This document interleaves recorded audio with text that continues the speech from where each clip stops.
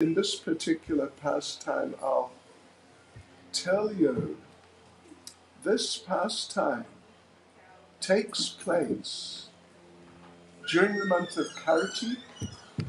I think many of you, maybe all of you even, you're familiar, you know what Karti is about, basically.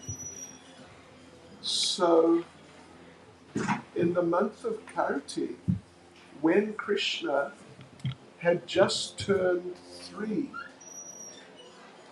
because you know Krishna's birthday, that's Janmashtami,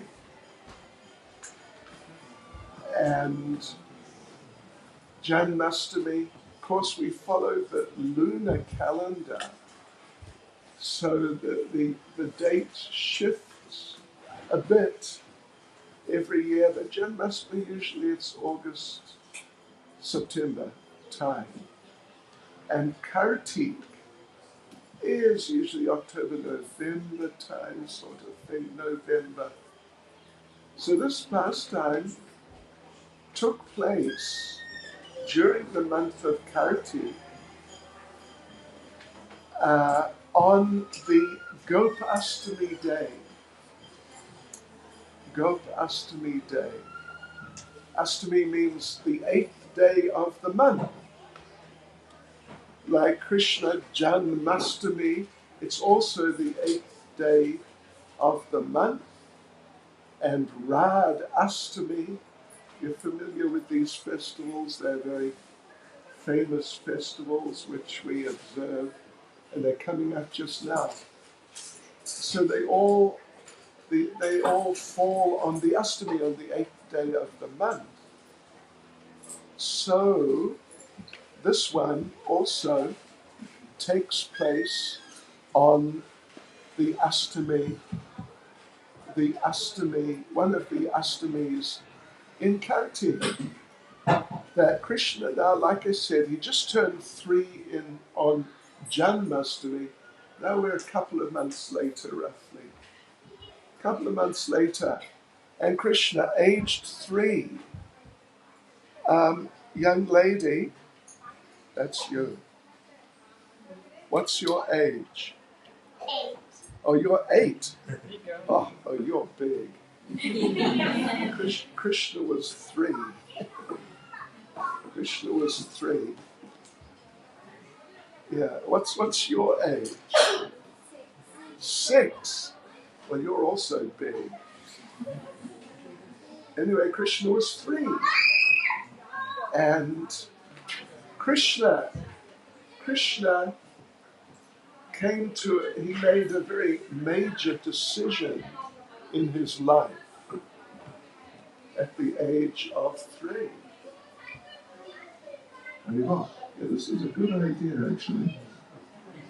This is just a great idea. Wow, oops. Okay, wow. So, yeah. Look at this. An experienced microphone manipulator. That's what you do. My gosh. Magic. So, yes, Krishna made a major decision in his life, a life-altering decision. Krishna decided that now is the time. I want and I will take out the cows now. Up till then, Krishna, up till he's 3, he's small. And he's just been around home, he's been with his mother, and just doing different things at home with mum, with mummy. Things like, well, here's an interesting little thing which Krishna did, is that Krishna did, I wish I could say. Krishna, anyway, I'll come back to that in a minute. I'll come back in a few minutes. But now Krishna turned 3, and he's made this decision. I am going to take the cows out. And he went to his parents and he said, listen, Ma, listen to me. I have decided to take out the cows. And Krishna's 3. When you're 3, we've all been there, haven't we? You're about this size, plus or minus, something like that. You're about that size. And Mother Yashoda, well, Nanda Maharaj, the father of Krishna, he was inclined to think it was a good idea. Wasn't entirely sure. But Mother Yashoda, the thing is that Mother Yashoda was with Krishna all day, every day, up until that time. Yeah. And so they're sort of 24/7. They're together. And she just loved being with Krishna. Mother Yashoda is such a mother. Just think about this, what I'm going to say right now. One of our great acharyas, Srila Raghunath Das Goswami, he says that Mother Yashoda cares about her son, Krishna. She cares. She's concerned for his well-being. Is he all right? Checking on him and like that. She is so concerned. She is ready. She is ready to give her life millions of times if there's just a drop of perspiration on Krishna's forehead.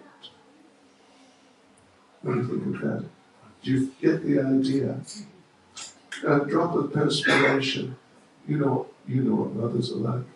They would clear away a drop of perspiration if there's a little dust on the forehead of their child. She is ready to give her life millions of times if there's just a drop of perspiration. We have no experience of such emotions. So, one day, Lord Krishna, this is before we went herding the cows. Little Krishna was outside playing with his brother Balaram, and they're sort of around the corner, so Mother Yashoda cannot see them. She's cleaning the house, but then what happened? She saw a pair of shoes, little shoes, and she recognized, oh, these are Krishna's shoes. And she's always remembering Krishna. She never forgets Krishna. But now she sees his shoes, and there's just a flood of remembrance. Just overwhelming. And remembering Krishna, she picks up the little shoes, holds them to her heart, and cries tears of love. This is Mother Yashoda. This is her level of Krishna consciousness. And like I said, we can't really, at least it's a hint. We get a little idea what sort of devotee she is. And don't worry, she is not a shoes fanatic. Like, Mrs. Marcos, was it, from the Philippines? You heard of her? If not, you didn't miss much, really. But when they kicked her out of the presidential palace, I don't know how many hundreds or even thousands of pairs of shoes she left. But just Krishna's two little shoes and Mother Yashoda is just overwhelmed. So anyway, Krishna went and said, that's it. That's it. I am going to take out the cows. And Mother Yashoda said, no, you're not. Look at you. You're that size. The cows are that size. Anyway, you know what size the cows are. They're big. You can't take out the cows. They won't even be able to see you. You're too small. So just forget it. But Krishna said, no, no. I want to take out the cows. So there was some negotiating. Krishna's an expert negotiator. Yeah, he knows how to make his point and get around objections like that. And Nanda Maharaj, he wasn't too bad with the idea. So it was agreed, it was finally agreed, Krishna would take out the calves, the little cows. So that was the agreement. So on that day, well, that was the day before, but on the Gopastami day itself, Krishna was going to go out, and it was a festival. All the villages, they all gathered, and they all gave Krishna presents, different things to help him herd the calves. Like, for example, someone gave him a stick, a nice, like, kind of semi-ornamental stick, a little stick, for sort of tapping the calves on their backs or their rear ends to direct them this way or that. Another one of the Brijvasis gave Krishna a buffalo horn for blowing, for calling the calves. Another one gave him a nice, like, kind of ornamental, decorated little rope. Because sometimes if one calf really goes off track, you have to tie it around the neck of the calf, and not too aggressively, but using a little strength, you might have to pull the calf back in the right direction. So all these presents were given to Krishna to help him. And do you know what, devotees and friends, listen to this. This day, on this very day, Krishna was given his first flute. How's that? Wow. Krishna is so famous for playing on the flute. This was his first flute. Wow. So, okay, everyone's given them all those things. And now up comes Mother Yashoda herself. She's going to give Krishna something. What does she give Krishna?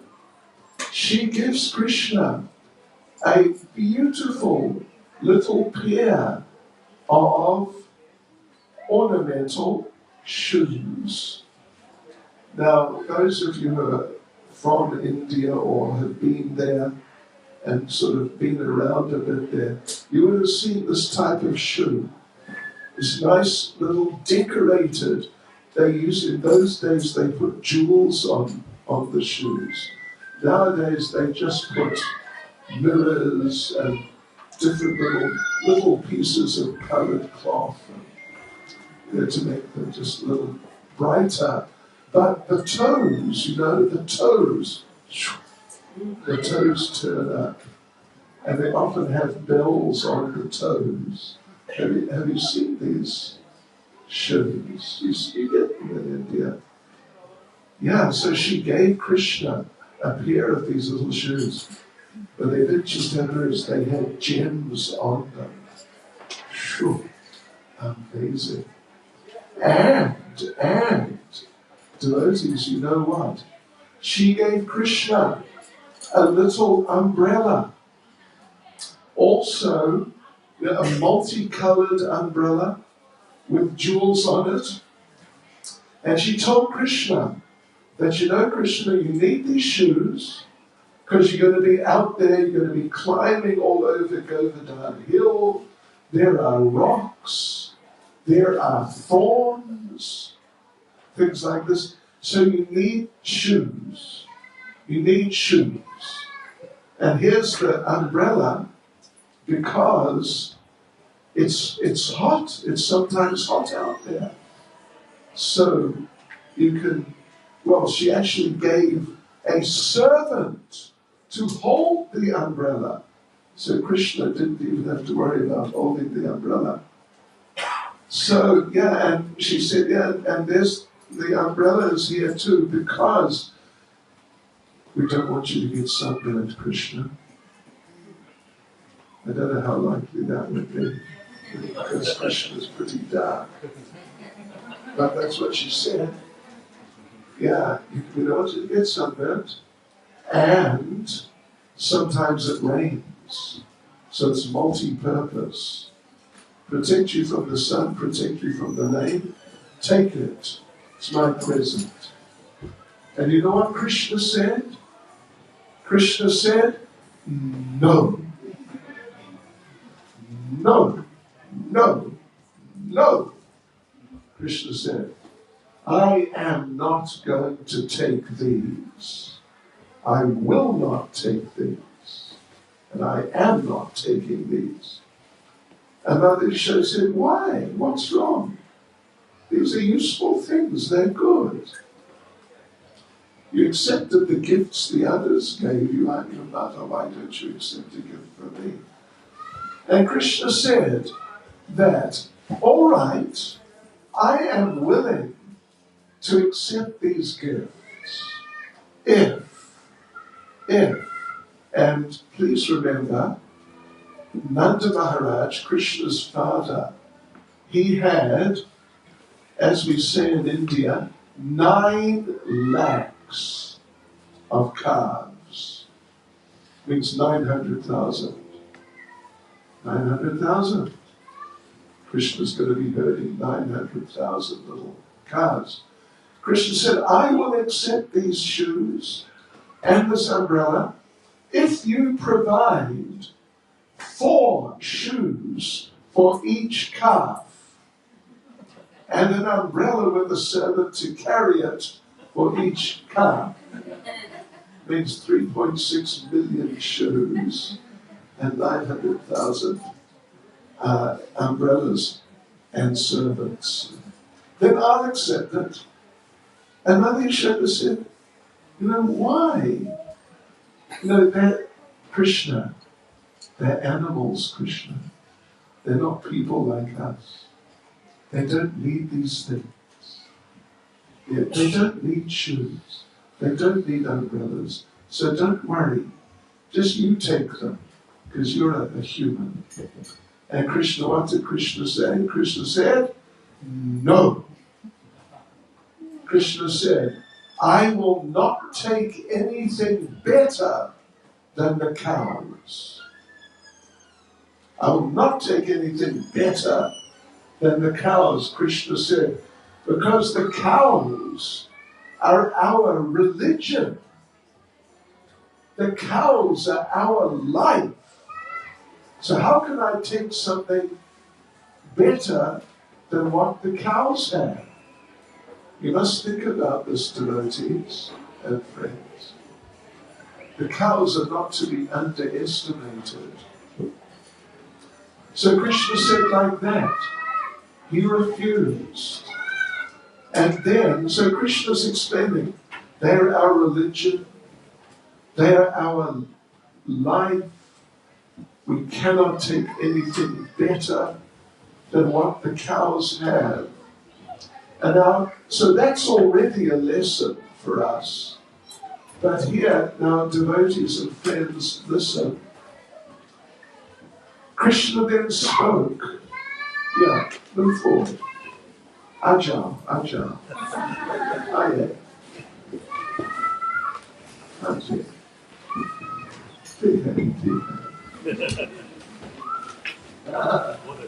Well, that's right.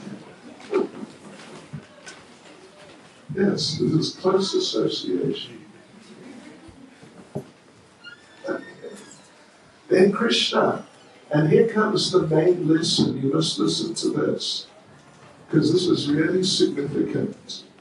Krishna then spoke a little sutra. Sutra means just a very short, like a few words, but which have deep meaning. That's a sutra. So Krishna spoke this sutra. Dharmo rakshati rakshitaha. Now we're probably not Sanskrit experts, except for Prabhuji here. Anyway, he is. Dharmo rakshati rakshitaha. Yeah. So, when we translate it, the first term is rakshati, means he or she who protects. Raksha means to protect. Go raksha, cow protection. So rakshati, he or she who protects. Dharma, dharmo rakshati. Rakshitaha. He or she who protects dharma becomes protected by the same dharma which they are protecting. Namaste. Upload. Get it? If we protect dharma, dharma will protect us. So this is very important. You know, to sort of expand it a little further, if we maintain our Krishna consciousness will maintain us. Yeah. In other words, Krishna consciousness is a self-sufficient and self-maintaining process. You don't need to do anything else. Let me, if you don't mind, give you an example. I mean, it's a type of example, actually. And that is, I'm sorry to say, me. Haribol. This is me. So, you know, I retired. I am looking around now. What do I see? I see, am I the oldest person in the room? I'm pretty close to it if I'm not. Anyone here more than 71? Means I'm the oldest person in the room. So, right, but anyway, look at me. I mean, you don't have to look at me. Just consider this. Just think about this, okay? Here I am. I retired sometime sort of in 1972. I have not worked since then. I worked. I was a journalist for a few years. I worked. You know what I used to do? Among other things, as a journalist, I used to road test motor cars. Yes. All these fancy motor cars. It's a fact. Yeah. I road tested an E-Type Jaguar and almost crashed it. But I didn't. There are wicked reactions of that. It's true. So, here I am. I have not worked now for a little over 50 years. You're under 71? Anyway, don't worry. That's right. So yes, I have not worked. I have not earned money, not one penny in 50 years, slightly more. But look, you could look down. I'm still alive. I've not starved to death yet. And not only have I not starved to death, well, the thing is, Krishna's maintaining me. It's true. And not only have I not starved to death, but in Krishna consciousness, the problem is not where to find food. I am hungry. Where will I find something? Oh my gosh. The problem is there's too much prasadam. That's the problem, I tell you what. It is a problem. Watch out for your cholesterol level. But it's just Krishna's mercy, that's all it is. It's all it is. And now I've sort of got some prominence in Krishna consciousness, but it's only been the last some number of years. The first 30 years or so, I was just some regular young man running around, distributing Prabhupada's books and doing things like that. But Krishna maintained me. So this is the thing, Dharma rakshati, rakshataha. If we protect, maintain, look after Dharma, maintain the standards, the principles, Dharma, same Dharma will protect us, and we'll be able to live very happily and not have to work hard and, all that sort of stuff, worry about taxes and so on. So there's something you could think about. It's a lesson. It's a lesson. If you practice Krishna consciousness, if you maintain the standards, your standards of Krishna consciousness, then your Krishna consciousness will maintain you. It really will. And you'll be happy and healthy, and like this, you won't have to worry about how you're going to live. So this is a nice story. I like this story. So that was a little more serious story. Let me tell you a sort of, arguably a humorous one, that Krishna, this story is actually found in Nectar of Devotion, one of our books, one of Prabhupada's books. So in the Nectar of Devotion, Prabhupada explains how Krishna, because Krishna loves Srimati Radharani so much, and because Srimati Radharani loves Krishna so much, Krishna, when he sees Radharani, he becomes overwhelmed. He just becomes overwhelmed, and he becomes a little dizzy.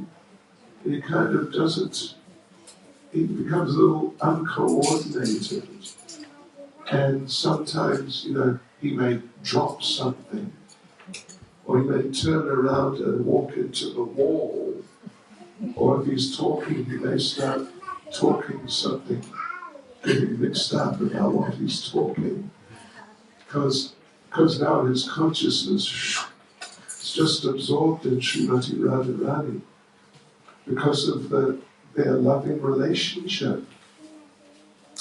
So Prabhupada explained, and when Krishna does that, then Radharani and the gopis, sometimes they laugh at Krishna. Look at what Krishna did. He dropped whatever it is. He dropped something, crash. So they laugh at Krishna. And Krishna feels embarrassed. So one day Krishna decided, right, no more. I am not going to do anything stupid again. I am going to be Mr. Super Cool and just be on top of things. And Mr. Totally Organized, 108%. And when they come, next time, let Radharani and the gopis come, no problem. I will not react. No, whatever I'm doing, I'll just continue. That's it. So that was Krishna's decision. So anyway, next day, Krishna's out there milking the cows. Milking. And who should come? Who is coming now from a little way away is Radharani and the gopis. And Krishna sees them and immediately it's like, but then he remembers, no, I am together. Yes, no problem. I am cool as a cucumber, cool as a couple of cucumbers. So I'm milking the cow. Yeah, that's what I'm doing. All right. And Radharani and the gopis, they come walking, and now they're sort of opposite him, and they're looking at Krishna, and they're surprised. Look at Krishna. He's cool. He's not going into some sort of emotional state. And they're just walking by, and suddenly, and there's Krishna, and Krishna's thinking, look at me. I am doing so well. Great. This is it. Suddenly, the gopis started pointing at Krishna. Oh, look at him. Oh, no. And roaring with laughter, look at him. Oh, my gosh, how stupid. And Krishna thought, what do you mean? I'm not stupid. I'm milking the cows. I'm cool. And they just laughed and walked away. And then Krishna said to them, what happened? What was that? I was cool. I was organized. I was together. Then Krishna noticed he was milking a bull. Tells that story. So what's the lesson there? I guess don't milk bulls. Keep focused, don't get distracted. I think that's the lesson. Don't get distracted. Here's another nice little story. I like this one. I like them all.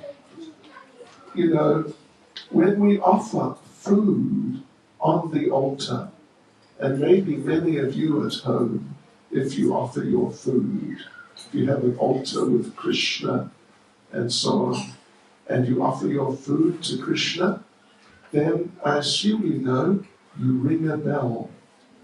You ring a bell, you offer the food. As you offer the food, you chant the mantras, you ring the bell. That's what they do there on the altar here in the temple. So, okay, Krishna. Now Krishna is about 6, 7, that sort of age. 8, right? Okay. Wasn't there? Okay. So, Krishna's around that age. And our Krishna has developed a very serious stealing habit. You don't steal, do you? No, that's good. You always tell the truth too. Yes, of course. So that Krishna now is developing this stealing habit. And anyway, yeah. So one day he sneaks in next door and sees hanging from the ceiling is a nice big pot of butter. Wow. And Krishna feels, I gotta get it. So somehow he managed to climb up to that pot hanging from the ceiling. And he got up there. And when he got up there, he noticed there were bells around sort of the opening of the pot. And, if I take anything, the bells are going to ring. And it's a security device. And the people will hear and they'll come and catch me. And I'll be in trouble. So, Krishna, you know what Krishna did? He spoke to the bells. And he said, listen, I am going to steal some butter, but you please don't ring. All right, please don't ring. And if you don't ring, I will be your best friend. Okay, so don't ring.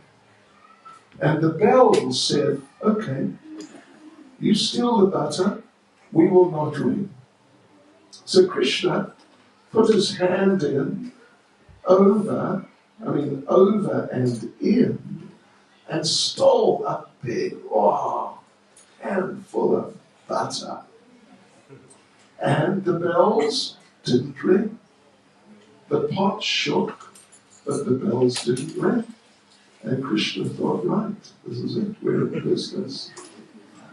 Then Krishna decided, right, look at this butter.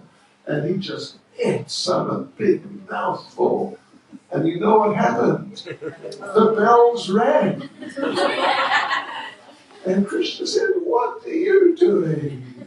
You promised that you wouldn't ring. And the bells said, yes, we said we wouldn't ring when you stole the butter, but when God eats, you must ring a bell. So we had to ring. Yeah. What's the lesson for you? I didn't think about it. So yeah, that's nice. Another time, Lord Krishna, there are a few different versions of this story, but one time, Lord Krishna was with Srimati Radharani. It was in the evening. It was at Varshana, if you're familiar with Varshana. It was sort of on the hill going up to More Kutir, if you're familiar with More Kutir. Means like the place of the peacock. It's a temple. And it's on this quite steep hill. And it was the evening, and he's with Radharani, and Krishna's thinking, what can I say which will please Radharani? So she'll think I'm really nice, and, she'll be happy, she'll be pleased with me, and then we can have happy interactions. What can I say? What can I say? What can I say? And he looked in the sky, and what did he see? He saw the moon. The moon was full. And Krishna was inspired, right? Radharani, your face is so beautiful. It's just like the full moon. And Radharani thought, okay. And she looked at the moon, and what did she see? The moon is spotty. There are spots on the moon. So Radharani thought, oh, all right. He's saying I have a spotty face. Wow. And she just sort of, this is all transcendental. Don't think it's just like some ordinary girl with an ordinary boy. This is part of loving exchange. And it's all these interactions are to heighten the ecstasy and the emotions in the exchange. So off she went. Off she went. She's walking away with Krishna following her. Now there, in Varshana, there is a snake. It was 5,000 years ago. There was a snake. And when I say snake, I mean a big cobra, like 3 meters long, a big cobra. Now, the good news is the cobra is a devotee. He is a very dedicated devotee of Krishna. And the cobra saw this, that, Krishna is now not happy in Radharani, and Krishna needs help here to salvage the situation with Radharani. So that the cobra thought, right, I will intervene and help. So Radharani is walking down, if you know Varshana, down by the Kund, and around the side towards the village. And the cobra devotees, the cobra quickly came around in front of Radharani. And suddenly, right in front of Radharani, the cobra jumped up right in her face. Right in her face. And opened his mouth and showed his fangs and hissed. And Radharani sees this and complete panic, total panic. Radharani, Krishna's just behind, walking quickly after her. Radharani spins around, grabs hold of Krishna. Save me, help, save me from the snake. Now Krishna's holding Radharani. She's turned around. Krishna is now looking at the snake. The snake is there just a couple of meters away. And the snake is a devotee, of course. So you know what the snake did? The snake went like this. Did you get that? And Krishna's like this. Krishna went. And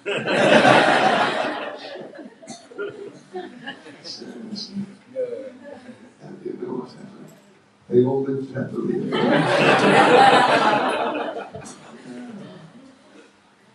Yes, okay. Let me tell you, what's the lesson there?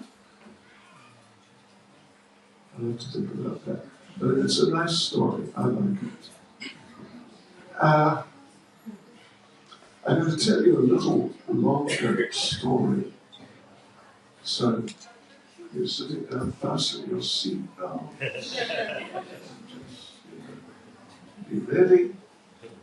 So now, you know that Radharani, Srimati Radharani, was married. It was an arrangement of Yoga Maya. Yoga Maya, Purnamasi. Anyway, David Dasi is a servant. But Purnamasi herself, she controls the pastimes. She controls the pastimes. She makes things happen. She makes people come into the pastimes. She makes people go out of the pastimes. So,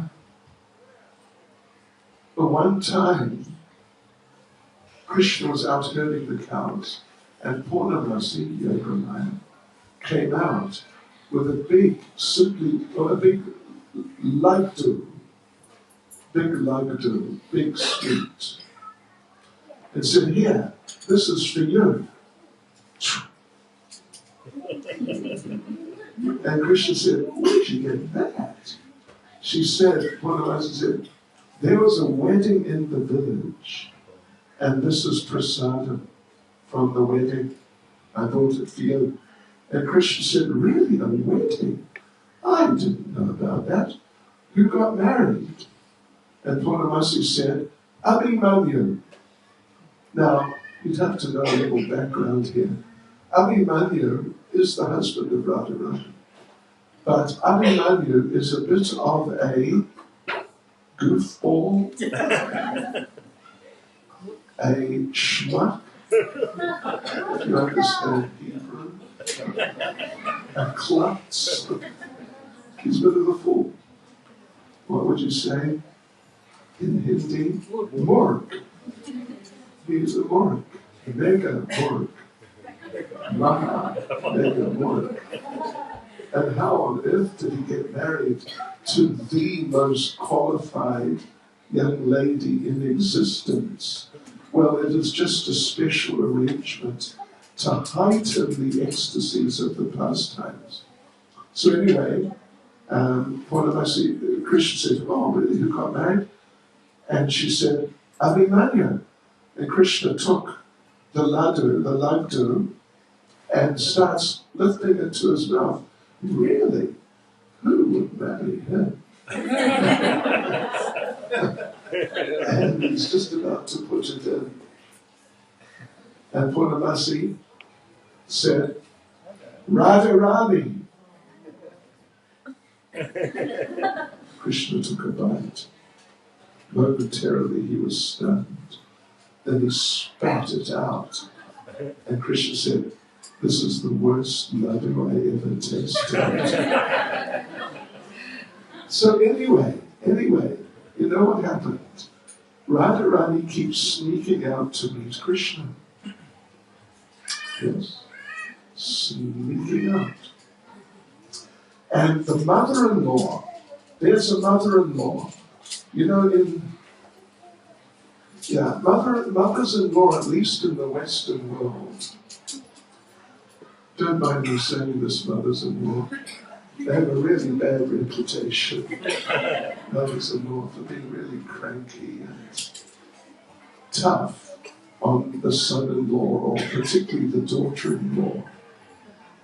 What do they say? Choti Babu. Choti Babu. Dunyana le jayenge. Sorry.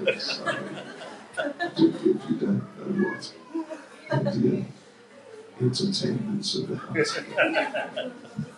So yeah, Radharani has a mother-in-law, Abhimanyu's mother, and her name is Jatila, and she is like the original prototype difficult mother-in-law. Are you a mother-in-law? Yes. Oh, I'm sorry. This does not apply to you. But she's very troublesome. And she's called Jatila because she has a big jat. Jat means when you have long hair and you don't want it just sort of hanging, so you put it up. But how to keep it up so it doesn't fall over, or, you know. You got to put glue. But they don't really have glue. What they use is sap from the trees. Sap. You know, it's like semi-liquid, but when you take it away from the tree, it solidifies and becomes sort of like rock.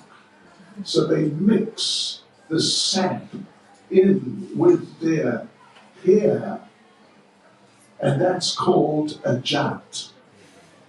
And when you've got a jat, that's it. The only way to get rid of it is to cut the whole thing off, because you can't take it apart. So Jatila has the biggest jat, and she's famous for that.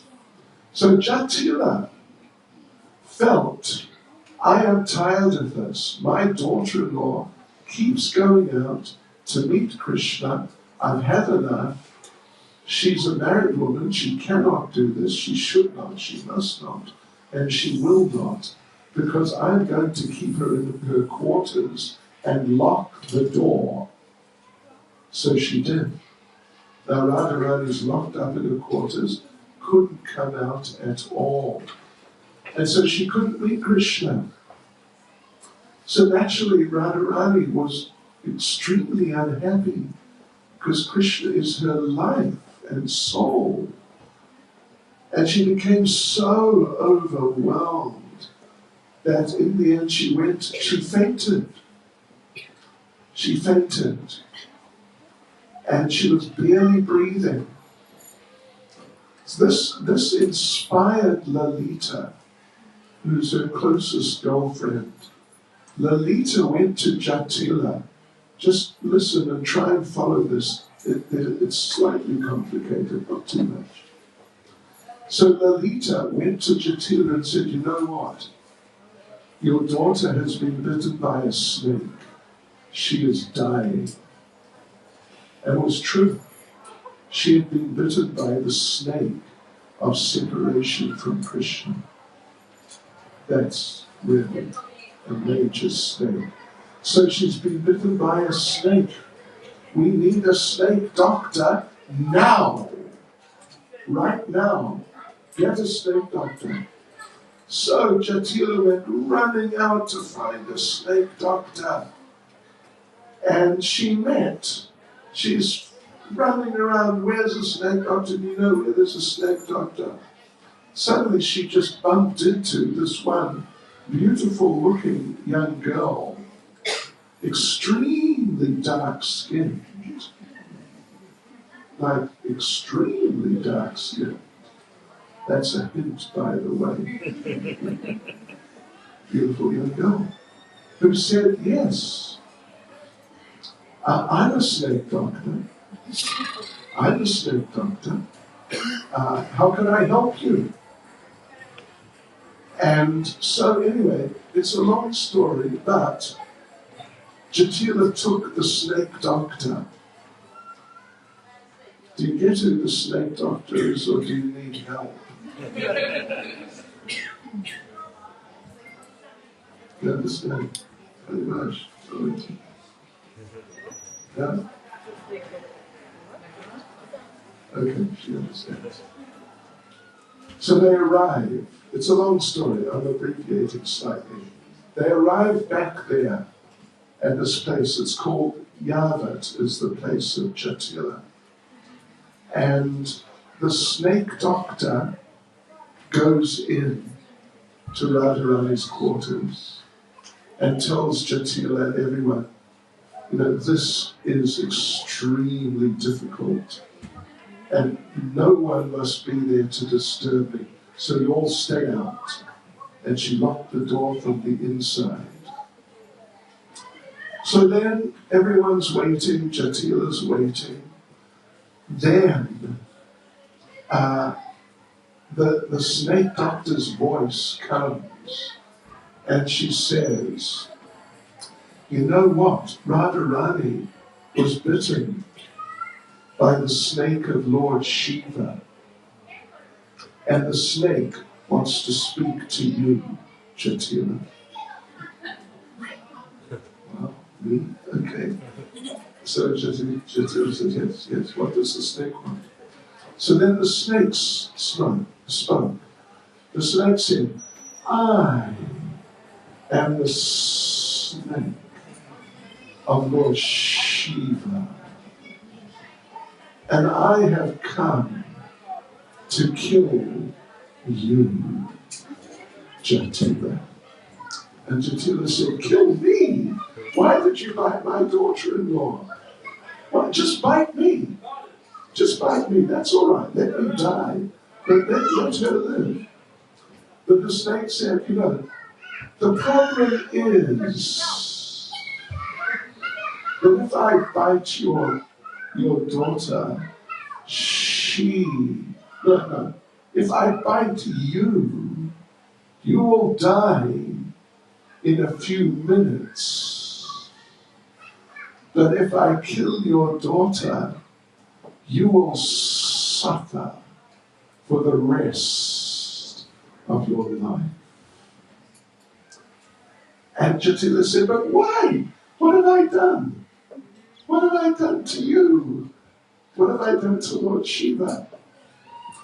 And the snake said, yes, you have offended the Lord of my Lord Shiva.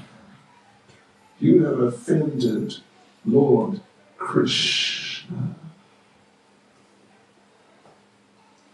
Because you have said that he has an illicit relationship with Radharani, but it's not true. And what I want you to do is tell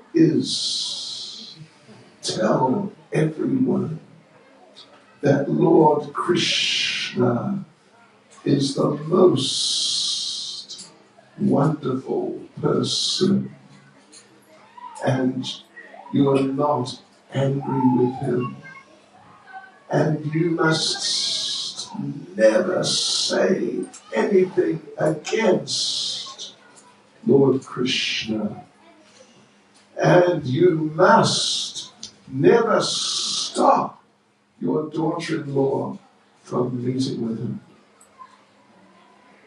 If you do that, I will take the poison out of her. And Jatila said, yes. I'll make an announcement. I'll put it on WhatsApp and Telegram and Zoom and in the newspapers. I'll tell them. I'll tell everyone. No problem. So, a minute or two later, the door opened. And there's Radharani. And she's fine. And there's the snake doctor. And she's happy. And Jatila said, where's the snake? Where's the snake? And the snake doctor said, no, I sent the snake away. He's gone back to Kailash to be with Shiva. But don't worry, here's Radharani. And look, she's fine. She's okay. And Jatila said, I took this vow. I'll never criticize Krishna again. I'll never criticize you again. You can meet with Krishna any time. It's fine with me. No problem. And then Jatila said, listen, Radharani, give the snake doctor a big hug. A big hug. So Radharani embraced the snake doctor. Did you understand who the snake doctor is? Yeah. Dark skin. Who's the snake doctor? Yes! Well done. So Radharani, first of all, hesitates, because this is Jatila. They're right in front of Jatila. How can she embrace Krishna in front of Jatila, her mother-in-law? But Jatila says, no, what are you waiting for? Then her husband, Abhimanyu, came and said, yes, I'm also telling you, embrace her. So Radharani embraced Krishna. And as she was embracing him, she thought, just see how amazing the pastimes of Vrindavana are. Things which are impossible, they all happen in Vrindavan. And it's just so wonderful and glorious. So that's the lesson. If we take shelter of Krishna, then our lives will just become wonderful and glorious, like you never imagined. The only thing is, you have to get into it. You have to really apply yourself. You have to get into it. Not sort of half-hearted. If you're half-hearted with Krishna, he'll be half-hearted with you. Yeah, because Krishna says, Bhagavad Gita, what is it? 4:11. What does he say? Krishna says that as they surrender to me, I respond accordingly. Yes. Yeyatamam prapajante, tamstataiva bhajamyaha. This is Krishna. So if we really wholeheartedly surrender to Krishna, give ourselves to Krishna, and like we're Krishna's property, and dedicate ourselves to serving him, he'll look after us. He'll look after us more than we can even desire. Like you know the story of Sudama the Brahmin with Krishna? And his wife asked him, please go, ask Krishna for money so we can feed our children. Because they couldn't even feed their children. That's all, just money, just so we can feed our children, nothing more. So he went and saw Krishna. They had a wonderful time together. Then he came back the next morning and he realized, I got so absorbed in interacting with Krishna, I forgot to ask for money. That was my mission. And I forgot. Oh no, what a failure I am. So anyway, he carried on. But he thought, actually, I'm glad I didn't ask for money because I would have become, materially affected. I would have become materialistic if I got money. I would have got big television, 84-inch television to watch Kuch Kuch Hota Hai.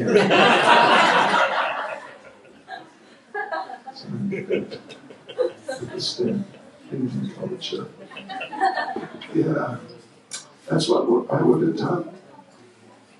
And when I wasn't watching Kuch Kuch Hota Hai, I'd be watching Om Shanti Om.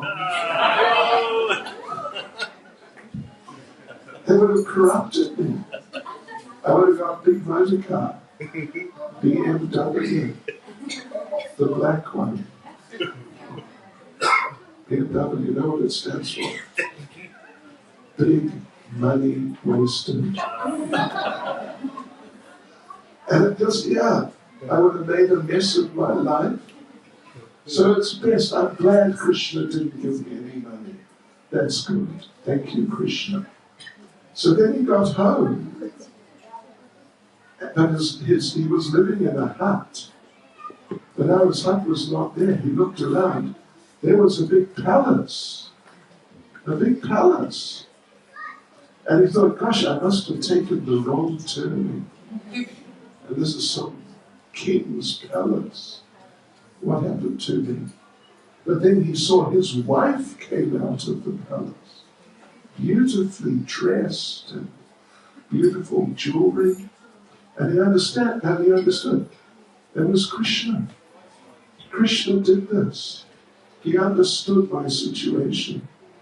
And I was only going to ask him for some money to get food for my children. I wasn't going to ask him for something like this. And just see what he did.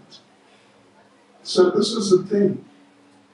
If we surrender to Krishna, we'll find, we all have desires for this and that and the other thing. A lot of those desires are not really very helpful in Krishna consciousness, but some may be okay. So if we surrender to Krishna, Krishna will not only fulfill your desires which are useful in Krishna consciousness, Krishna will give you more than you desire.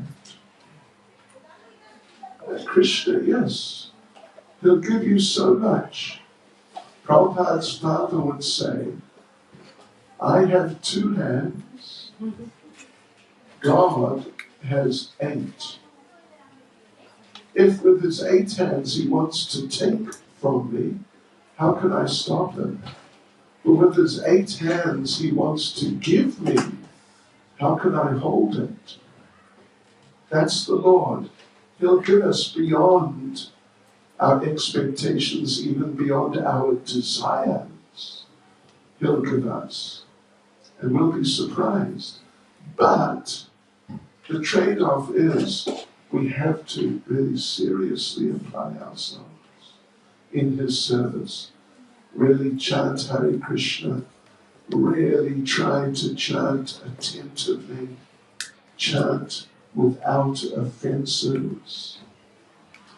You know, there are 3 rules when it comes to chanting.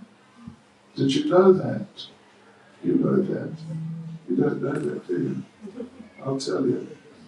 Rule number 1, you must chant attentively. Got it? Rule number 2, you must chant attentively. Got it? And rule number 3, whatever it takes, at any cost, just whatever you have to do, do it, but chant attentively. And if you do that, there's nothing else that really matters that much. Really. Yeah. So really try to apply yourselves in Krishna consciousness, and you'll see Krishna will respond. Krishna will help you, yeah, in all sorts of wonderful ways. Okay. I think our time is up. What do you say? Praise that? Okay now? I was given the time. It's all yours. Okay, all right. Any comments, questions, points? Purnamasi Devi Dasi. Thank you so much for this lecture. Yeah, I know you do really, really amazing, special gopi look, and I've been practicing, and I can't really master it, and I know you do so much. Please do it one more time for us. All right. You know about this? No, but I know she's filmed it. It's very special. It's so... It cannot be recorded. But you can try. But it won't work, I tell you. It won't come out. But try. So, yeah, okay. So this is a little technical. Radharani and the gopis, when Krishna is returning from herding the cows, he's coming back into the village. They've all stayed back in the village. They don't go out, really. They stay back in the village, the gopis, the cowherd girls, and help their mothers and do things. They learn how to cook. Do you know how to cook? Little and petty poor. Anyway. Yeah, so they do that. But then Krishna comes back, and they're just waiting. The whole day they're waiting for Krishna to come back, because they want to see Krishna. But the problem is that because of the extremely strict moral standards, the girls, the unmarried girls, are not allowed to, look at and sort of check out the young men. Look at him. They're not allowed to do that at all. So if their parents see that they're glancing at one of the boys, then the parents, wow, they'll get on their case really heavily, that they're being unchaste. Yeah. So what Radharani and the gopis do, they have practiced and practiced. It's called the sidelong glance. Means looking to the side somewhere so quickly that someone who's watching you, like your father or your mother, to see, is she going to look at Krishna? They won't see, because you just look so fast. You know, your eyes just go so fast there and back. They actually don't see. That's a sidelong glance. But it's not easy to do. Okay? So I'm going to demonstrate it. I have practiced. And you have to watch my eyes. And I'm going to, which way am I going to look? I think I'm going to look over here. And I'm going to look at Kadeo. Well worth looking at. I'm going to look at him. But so quickly, you'll have to keep your eyes on my eyes. Otherwise you won't see. I guarantee you will not see. But if you really watch, you might see. Okay. So here we go. And remember, I'm going to quickly look over there and look back. And you have to see if you see my eyes move. All right? Okay, here we go. I'm going to look straight ahead for 5 seconds, but during that time, I'll look to the side. Okay, so watch my eyes. Did you see that?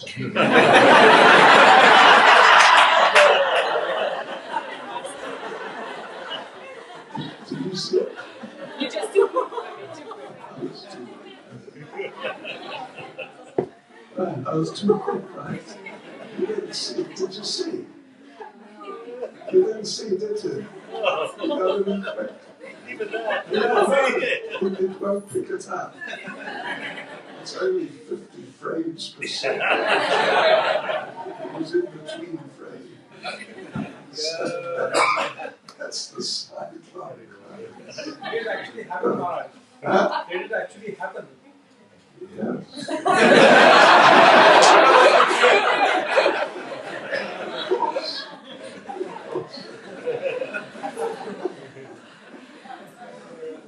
How many fingers did he have? Okay, so you have to practice. You'll get it. Takes a while. Okay, everyone. Hare Krishna. Thank you. Srila Prabhupada Ki Jai. Haribol.